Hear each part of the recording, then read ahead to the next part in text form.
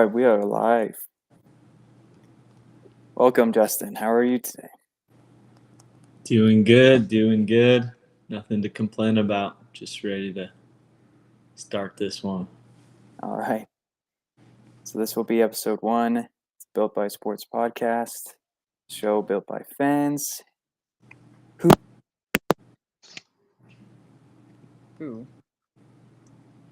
were built by sports. So today we'll go over a few of our topics that we want to go over. We'll talk about Luka a little bit of NFL talk, and some other news around NBA, and then we'll do our special built by moments at the end. So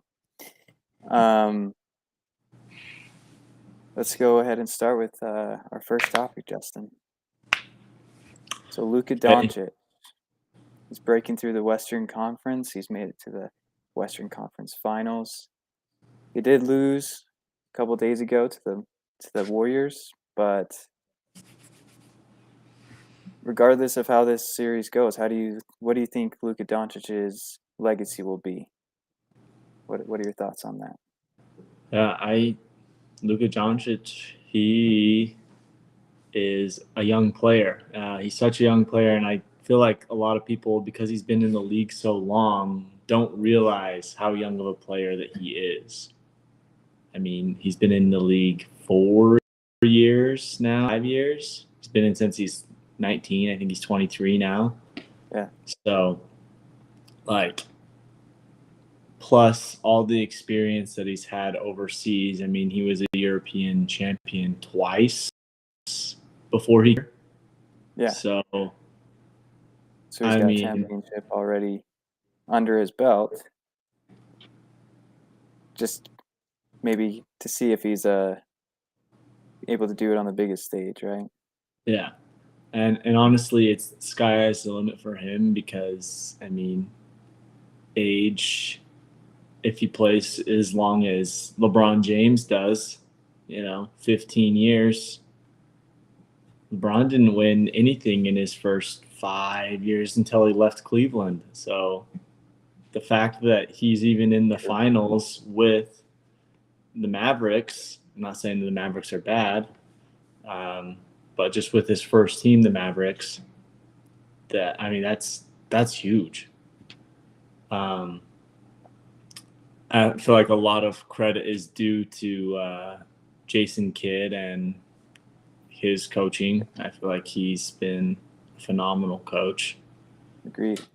And if you've seen that little clip that's going around YouTube and Facebook and everything about Jason Kidd coaching against the Suns, like that's a strong, passionate coach right there. Yeah. So, we definitely have seen in his career that Jason Kidd also has high IQ. He knows basketball, that's for sure. Yeah, he's beyond smart in the game of basketball. So, but yeah, Luka, I mean, he's got the build, he's got the skills, he's got everything, and especially time. Sometimes it's just time that will tell exactly what is going to happen. And I don't think that he's reached his limit. Like, I don't think that he's just, he's as good as he's going to get. I think he's going to get better. And he's already great. Definitely. He's already not averaging, but like getting close to triple doubles in the playoffs, and just across the stat board, being the best player in every series he's been in so far. It's definitely something to watch. So yeah, I like how you talked about LeBron James a bit, because I feel like his career so far has been very close to what LeBron was able to do early on in his career.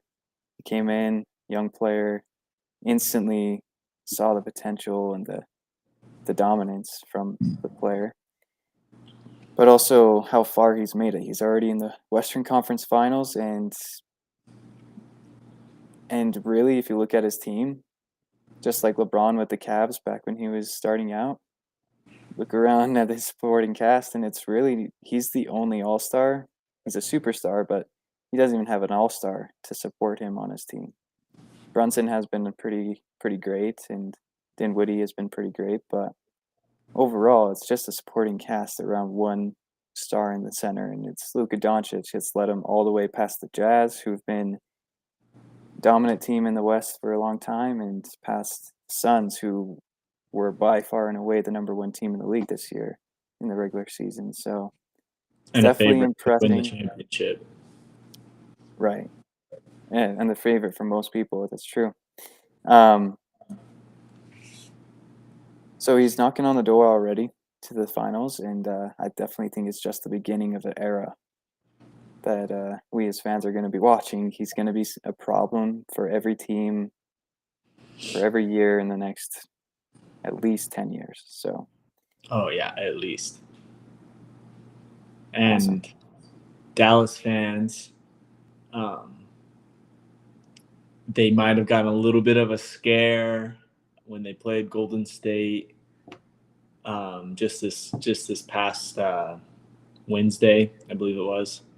But I feel like with the NBA right now, if you are getting blown out, it's not really the worst thing ever. I feel like every team can, and it's just about using whatever you saw in the game just to make the next one better. And that's Yeah. what Jason Kidd is so good at. That's what Luca Doncic is so good at. Is I mean they're both smart. Yeah. And I mean, You even not look to back. take away from like other players on that team, but like It they're is gonna they're gonna improve. They're not gonna get blown out the rest of the series. I just can't see that okay. happening. It is the Warriors. They're amazing. They have that Jordan Poole addition that's just made them even scarier than the OG 2015 Warriors and 16 Warriors. But yeah, it's definitely a renaissance of the Warriors. So I definitely wouldn't be surprised if the Warriors continue to go on and win this series. But you can also look at the last series with the Suns. The Mavericks had two games where they lost by game two, they lost by 20. Game five, I think it was, they lost by 30 points. That's what I'm saying. Like getting blown out, it's just kind of a part of the NBA now. True. Like every team, every team. So Yeah, it's definitely interesting. Um, yeah, definitely. So we will continue to talk about Luca, I'm sure, later and as this series goes on. So let's go on to our second topic, which is we want to talk about the NFL. Um, over the next few episodes, we're going to talk about each conference in the NFL just while we're going through preseason and getting ready for the NFL season to start. First, we're going to start with the NFC East, the Cowboys, the Eagles, the Commanders, and the Giants. I can start this one, Justin, if you yeah, that's go all right. for it. Okay, so here's my overall prediction. Over the last few years, maybe a couple years, I should say, the NFC East has been called by most fans in the NFL the NFC least. They haven't been overall. They've probably overall been the worst total conference in the league from top to bottom. Last year, the Eagles and the Cowboys stepped it up and they made the playoffs, but both of them got knocked out in the first round. This year, my overall prediction, from what I'm seeing and how they're building their teams, I think every single team in the NFC East is going to have a breakout year. Maybe not the Cowboys, since their breakout year kind of seemed to be, they're kind of a towards the end of their build type team. So Yeah. they've been at the top competing for a while now. They just got to make that next step. But Eagles, Commanders, Giants, I think they're all breaking out. That's going to be very competitive. Uh, what am I trying to say? Landscape for the NFC East, but it's going to be pretty exciting to watch. Um, Start with what I do believe is I think the Cowboys are going to be at the top of the conference with the Eagles. I think they're going to have the same record, but I think my prediction is the Cowboys will have the tiebreaker. So they'll be number one. Eagles will be number two. They're both going back to the playoffs this year. Commanders and Giants are going to be close behind. It's going to be a close race to the end, but I don't think they have quite enough to be better than the other two, I guess I should say. Yeah. Well, I'm just thinking the Eagles, then the Commanders and the Giants. They're fairly young in their building process. They have a lot of young players that they're developing. Um, I would say the Eagles out of those three teams, the Commanders and the Giants and the Eagles out of those three teams have the most young assets. And Yeah, that's why maybe you're comparing them to having a chance against the Cowboys. And honestly, every game is, strategy, figuring it out. Anybody can win any game. And I don't know. I feel like the Cowboys have been disappointing people for a long time. So, not me. They always make me happy, but yeah, okay, because you're an Eagles fan. Uh, but their fans, they've been disappointed for a long time. Dak Prescott got hurt a bit like a while ago, and they've never been really to compete since. Like, yeah, they made the playoffs, but like, if you can't make it deep into the playoffs or make it into a Super Bowl within the last 5-6 years, which I mean, the Eagles have, and I don't know. That just can be frustrating for fans when you're not competing and you're not, you know, mixing it up. definitely. So I No, think I think the Eagles have a better chance of winning the NFC East than okay. So you're than going the. Eagles.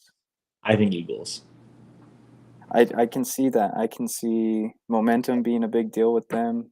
They have had an amazing offseason, probably like close to as perfect of an offseason as you can have. Um, but like you were saying, I've been a fan of the Eagles, and being in this conference and within the news, you can definitely get the sense that the fans of the Cowboys, the Commanders, the Giants, sometimes the Eagles, have been pretty disappointed uh, over the last decade of their team's performance for sure. Um, Poor but Giants. I would Poor also say Commanders.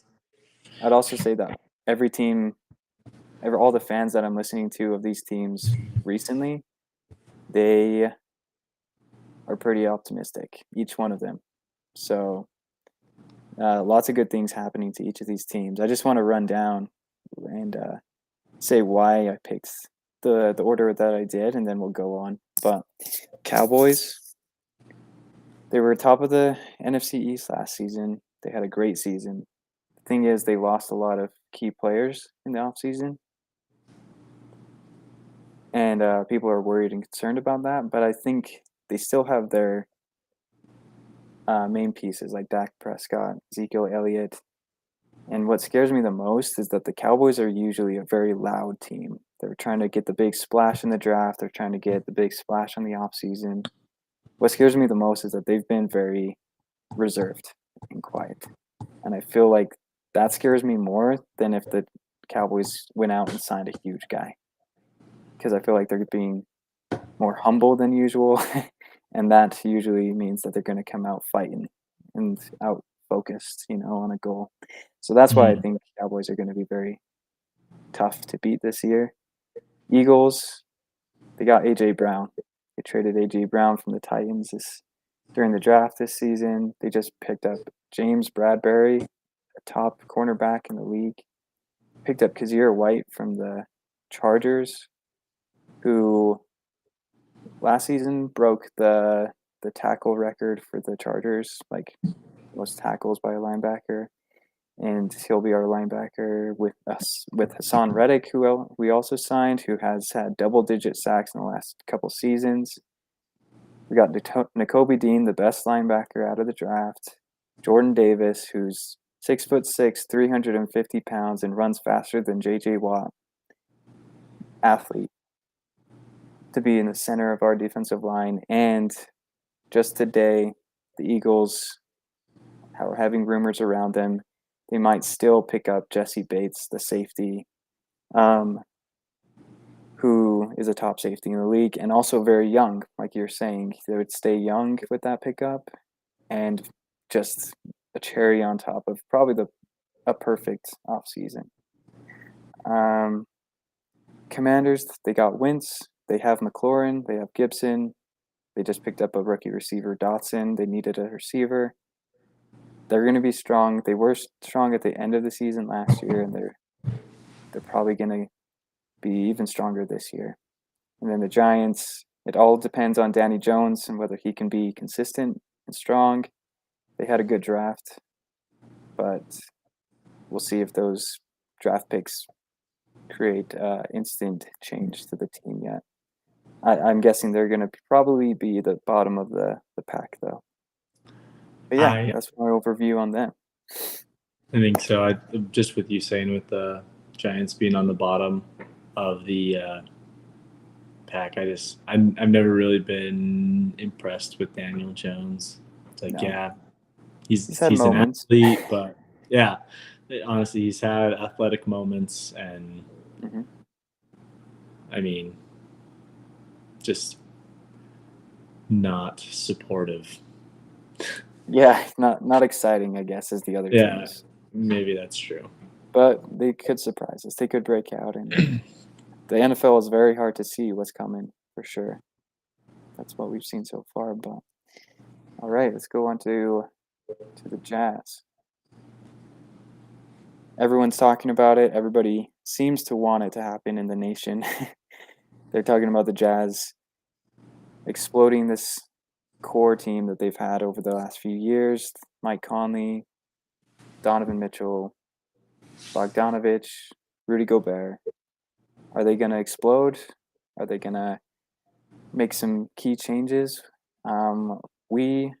Justin, you and I, we're going to call Danny Ainge. We're going to tell Danny Ainge what we think he should do. You want to go ahead and call him? Yeah, I'm a little nervous. I'm a little nervous, but I'll ring him up. All right. Here we go.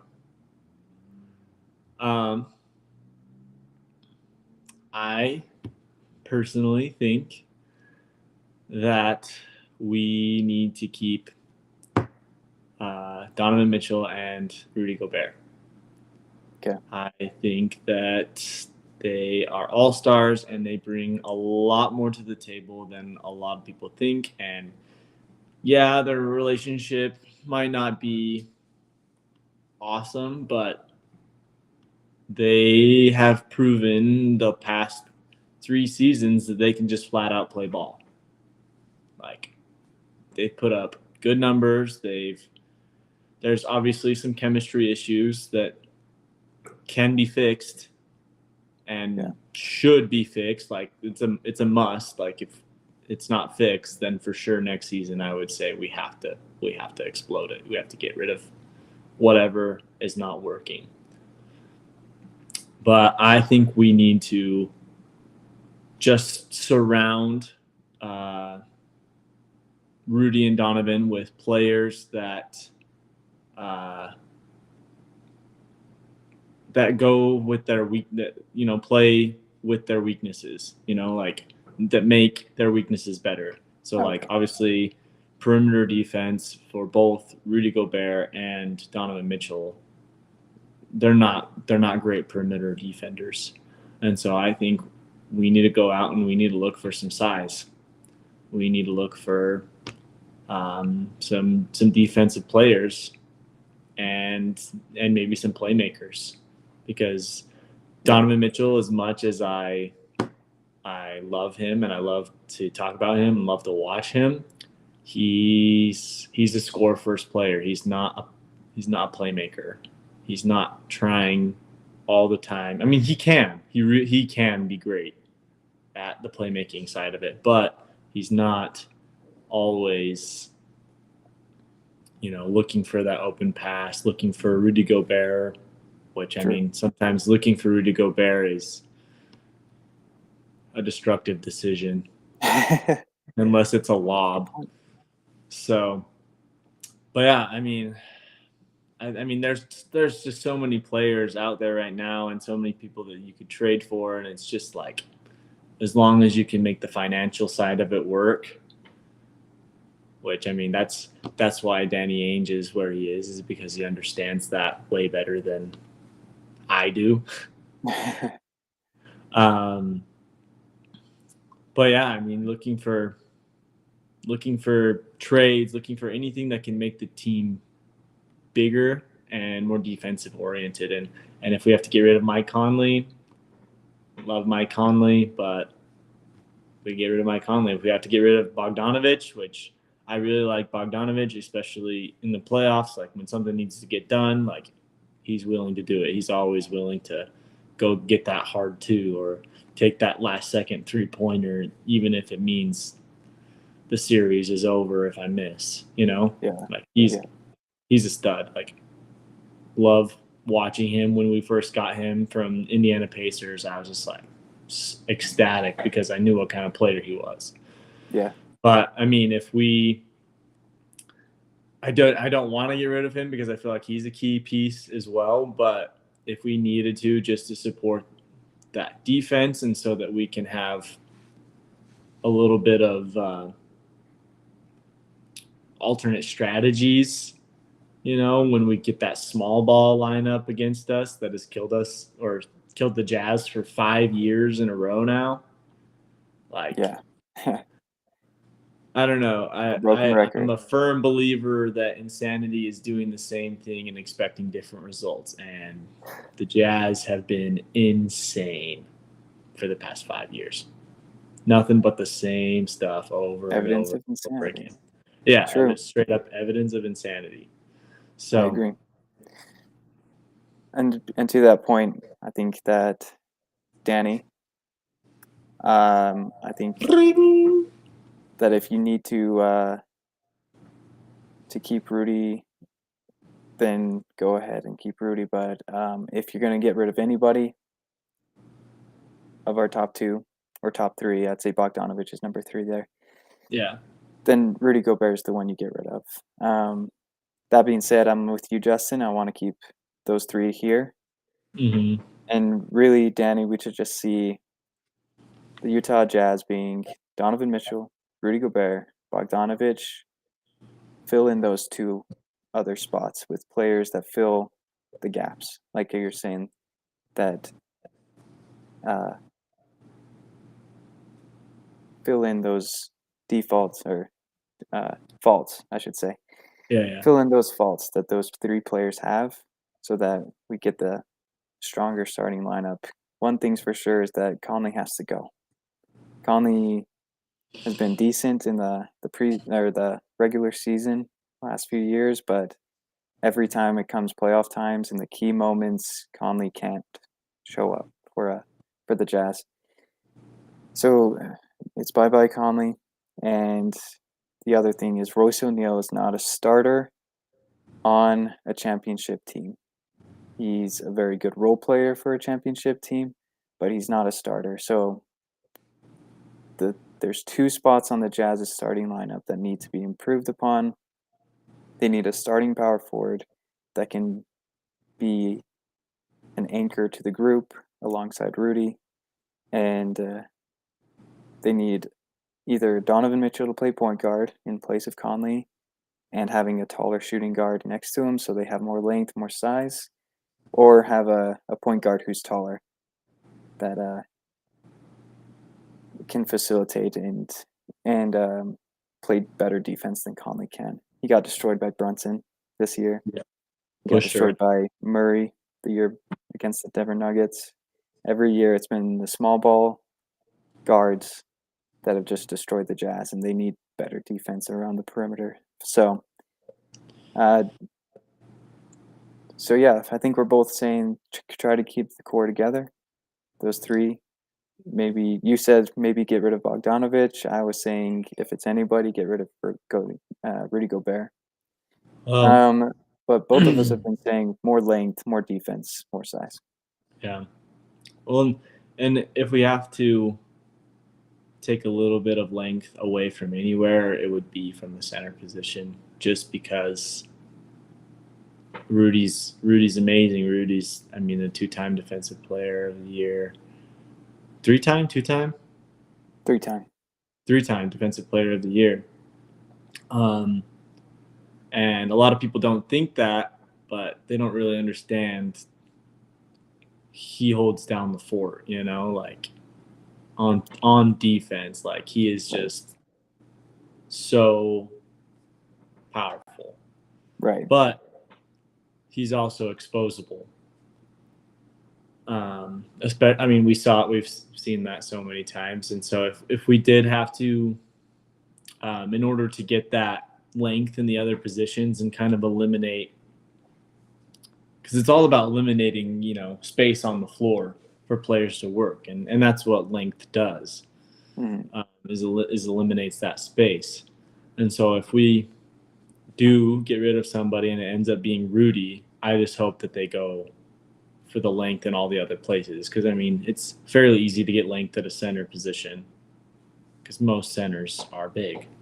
Yeah. But just in those other positions, we just have to make sure we add that length, Real quick, defense. Real quick, what player would you like to see them to trade for or pick up? I really liked the idea, if we did trade Rudy Gobert, I would like to see him go to like the Atlanta Hawks and try and get John Collins and Clint Capella. Yeah.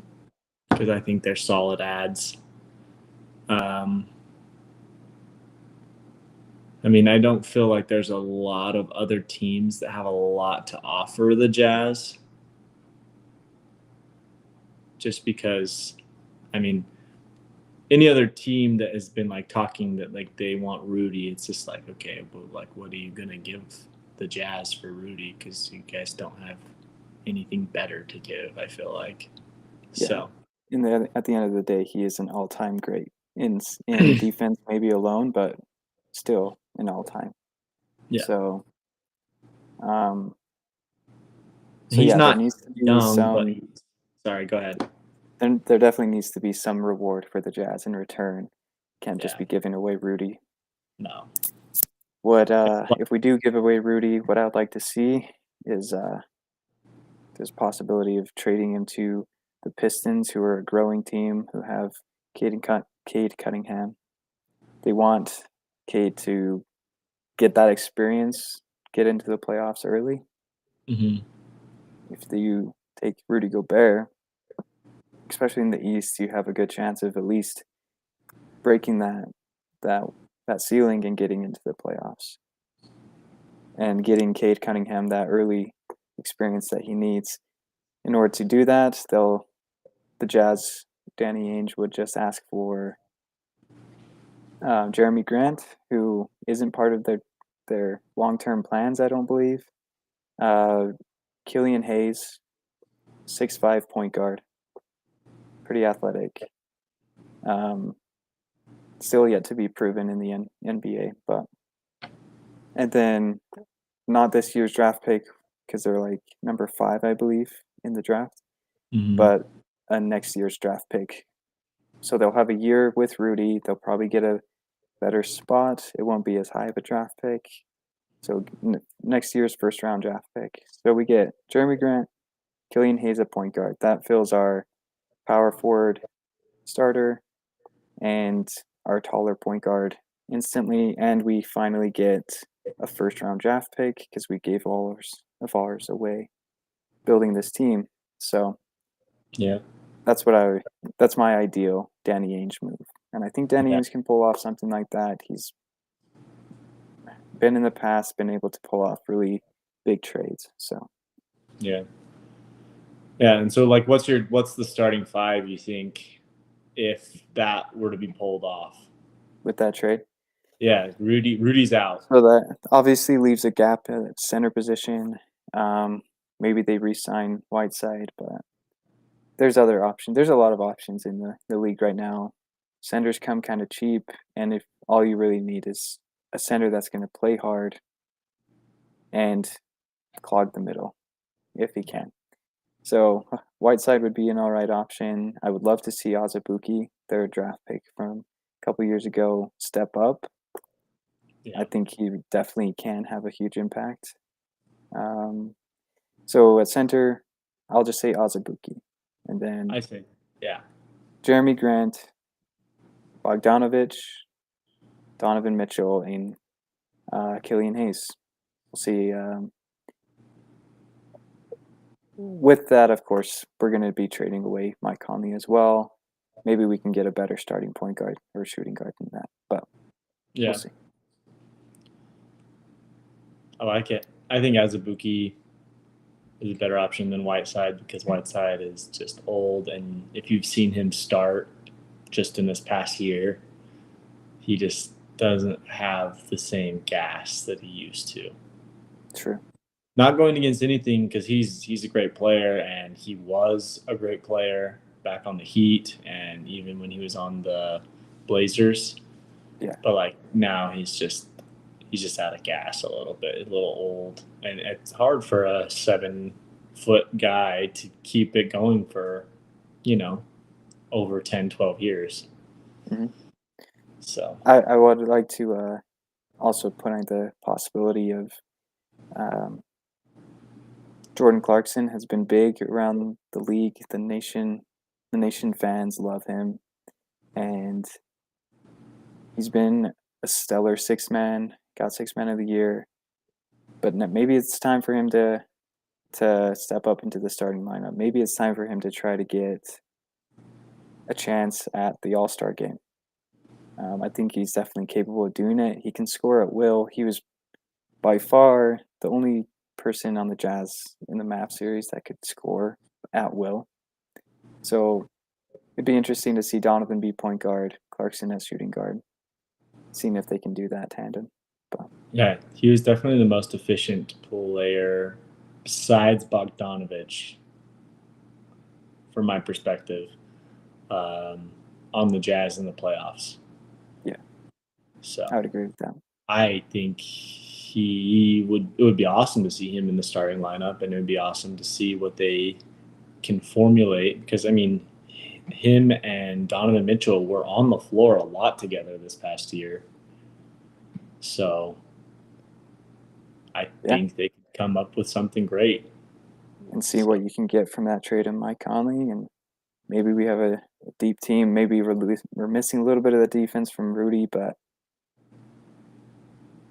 it looks like the league is going small ball with length, though. And that's yeah. probably what the Jazz need to do too. All right. So that's about all we're going to talk about with Danny Ainge. Danny Ainge, get it done. Whoop. Get it done. Yeah. Whoop. We hung him up. Okay. Talk to you So later, man. to end, we'll do here at Built by Sports, we're going to continue to look back at the legacy of sports and moments and people that have built us as fans. And today, our Built by moment will be, Built by moment will be Kobe Bryant. So we'll call it the Built by Kobe moment. Justin, looking back at Kobe Bryant and the man that he was, what sticks out to you about him? Well, I know that as a Jazz fan, whenever we'd have to play Kobe, it was always, the little bit of fear behind you and being like, crap, we have to play Kobe, Yeah. But as I've talked to like other people it's not just me. It's every team he would play against. Every time he would go to somewhere else, and they would play, everyone was like, ah, we gotta play against Kobe. It's like he was the Black Mamba. He struck fear into the teams and into the fans that he was playing against. Yeah, Like he was definitely. just that great, and um, I don't know. I feel like he had probably a lot more to give from the mentor perspective before he passed away. Yeah, And I know that a lot of players did receive a lot of mentorship from him, and that was devastating for them when they heard that news. I mean, he was training, not necessarily training, but he was a part of like careers like Devin Booker's, and he was a part of careers like Trey Young, like two rising all stars, superstars, you know. And I don't know, just having everything that he's done has completely changed the league. Like people want to be like Kobe Bryant. Kobe yeah. Bryant is he's the ceiling. The People want to whole be like Michael Jordan. People want to be like Kobe Bryant. Kobe Bryant's the ceiling. there's Air Jordan, and then there's the tossing a paper into the trash can. Kobe, Yeah, you know, exactly. So everyone. That's just the kind of impact he had. It was like you were saying. It was interesting to have his untimely death happen at a time where the generation that grew up watching him were now in the league, yeah, and to see their responses live on the court and on social media, it was definitely just an impact everyone felt. Um, even even us Jazz fans across the board, all of us, we his entire career wanted to beat Kobe and wanted to defeat that man. But when that moment happened, it was just across the board, everybody on the same page, just devastated. and that Um, just has to do with his character. I mean, he's uh, like even if he wasn't gone now, even if he hadn't passed away, I still think that he would be revered like we're revering him now. Because that's just who he was, and I feel like he would be very involved in everything that's going on in the NBA. yeah. Oh So yeah. He was just beginning. He said, as he would say to everybody, he said he's just starting his life ambitions and stuff. So mhm. moments moments from him. I want to just look back. We were pretty young when he was beating the Jazz in the playoffs all the time. Yeah, I remember as a young fan, even though I was um, young and innocent and ignorant to the Jazz are the best team. I love the Jazz. Every time I saw Kobe get that look on his face on TV, I knew that my Jazz were in trouble. I knew that they were about to see the wrath of the Black Mamba. And every time he just took it to the Jazz, and it was very difficult for anybody to stop him. yeah, Um, the moment of Matt Barnes from the sideline putting the ball at his face, and Kobe just standing there, no flinch at all, just taking it. yeah. I remember that watching that on Sports Center as a kid and being like, "Oh, I get it. Like now I understand who Kobe Bryant is. Like his mentality is above anybody in the league." And that's when it clicked for me, is watching that moment. Um, and I would say from that point on, I started to grow more of an appreciation for Kobe, other than just my disdain for always beating us. Um, Yeah. and then last thing I want to say is just Kobe Bryant's dunks. In whenever Kobe Bryant dunked the ball, it was different. I don't know how to explain it. It just had a different power to it. Vince Carter, Kobe Bryant. For some reason, every time Kobe Bryant would go up, do the background, over the head dunk, it hit something different. Maybe a little bit of fear, a little bit of excitement, a little bit of awe, but A little bit of pee running down your leg. yeah, a little bit of pee run down the leg. It was definitely different feel to it. But that's what I got to say.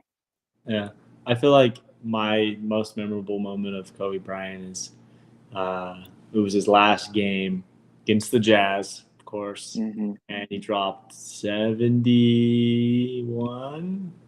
He dropped a freaking load of points on the Jazz. Closer to 60 than it was to 0. That's what we can say.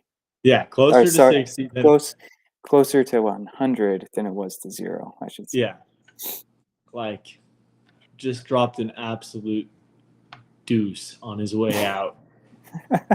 So, like, I don't know. I don't know how you exit the league any better way. Right. So it was awesome. Definitely. But it was also horrible because it was against the Jazz. So, yes. Wah, Jazz fan. In a way, I'm honored to be a part of it. But yeah, that's what we have for our episode 1 of Built by Sports. Comment below if you get to see this channel and this video. We're just starting out. This is just the beginning, and we will be releasing more shorter episodes and more episodes like this in the future. So subscribe, and share. And share. All right. Thanks, Justin. Make us big.